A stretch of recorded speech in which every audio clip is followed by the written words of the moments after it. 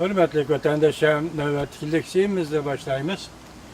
Amerika Devlet Mahkemesi Sayın Win Hanım'ı yeni bir kıtam kaidini bozup durup kabul kıldı mavzulu haber 6. ayının 4. günü Duvitor bitede ilan kılındı. Haber mundak başlandı. Duvi akbaratının delilişçe Tayvan Demokratiya Terakkat Partisi'nin reisi Sayın Win Hanım 6. ayının 3. günü Aksaray Devlet Bexatarlığı Komitetini ziyaret kıldı. Muavin Prezident Joseph Biden hizmet kılıdığan Eisenhower Memuriyet binasına kirdi. 6. ayının 4. günü Sayın Win Hanım düştüğün keyin saat 2'de Amerika Koşmuş Ştatlar Devlet Mahkemesi'nin toğra yani udul işkiden Amerika Koşmuş Ştatlar Devlet Mahkemesi'ne kirip Muavin Devlet İşler Katibi Antony Blinken bilen görüştü.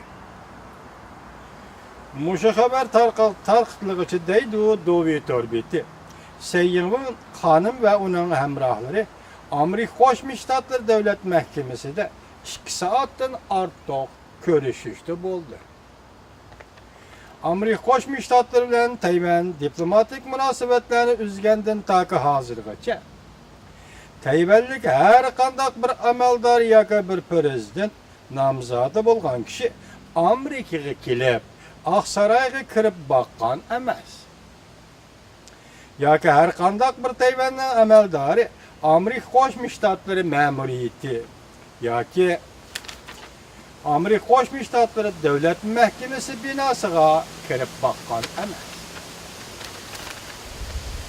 Ama bu qatam 2016 yılı Tayvan'da ötküzülüdüğün prezident sayılımıga özün namzat kılıp görsetken Sayın Win Hanım ve onun emrahları. Sayın Win Hanım çekdimine büsüp Amerika Koşmuş Ştatları Devlet Mahkemesi girdi.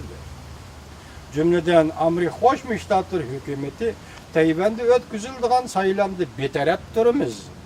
Davatkan şundaq gülledi. Onun üstüge yani 3 aydan keyin Cumhurbaşkanı Reis Xi Jinping Amerika Koşmuş Ştatlarını ziyaret kılıdı deyilatkan şundaq paytladi. Muavin Devlet İşler Katibi Blinken bilen görüşüş Sayın Win Hanım'ın bu qatamkı Amerika Koşmuş Ştatlarını ziyaret kılışının mühim noktalarından biriydi. Blinken efendi Devlet Meclisi muavin Prezident Joseph Biden'a yardımcı bulup işleyen. Devlet Bexatarlığı Komitetinde Prezident Obama'ga muavin maslahatçı bolgan. Asiya işlerini pişik bildiğin hem Tayvan'ı ziyaret kılgan erbab idi. Fikrimiz şundaq ki, Sayın Win Hanım'ın her bir kadimi Cungo kalemkaşlarının ve hükümetinin nazardan yirak durmadı. Sayın Win Hanım Amerika üçün sezgör hanım bolgandak bir gün Cungo üçün hem şundaq sezgör hanım bulup kaldı. 2016 yılı Tayvan'da demokratik sayılam elip verildi. Kuomintang Partisi tarafından hazırgacha bir namzat o'ttirg'i chiqolmadi. Prezident sayılımı uçurduğun bir namzat otluğu çıkalmadı. Bizim nazarımızdaki Sayın Win Hanım prezident namzatı.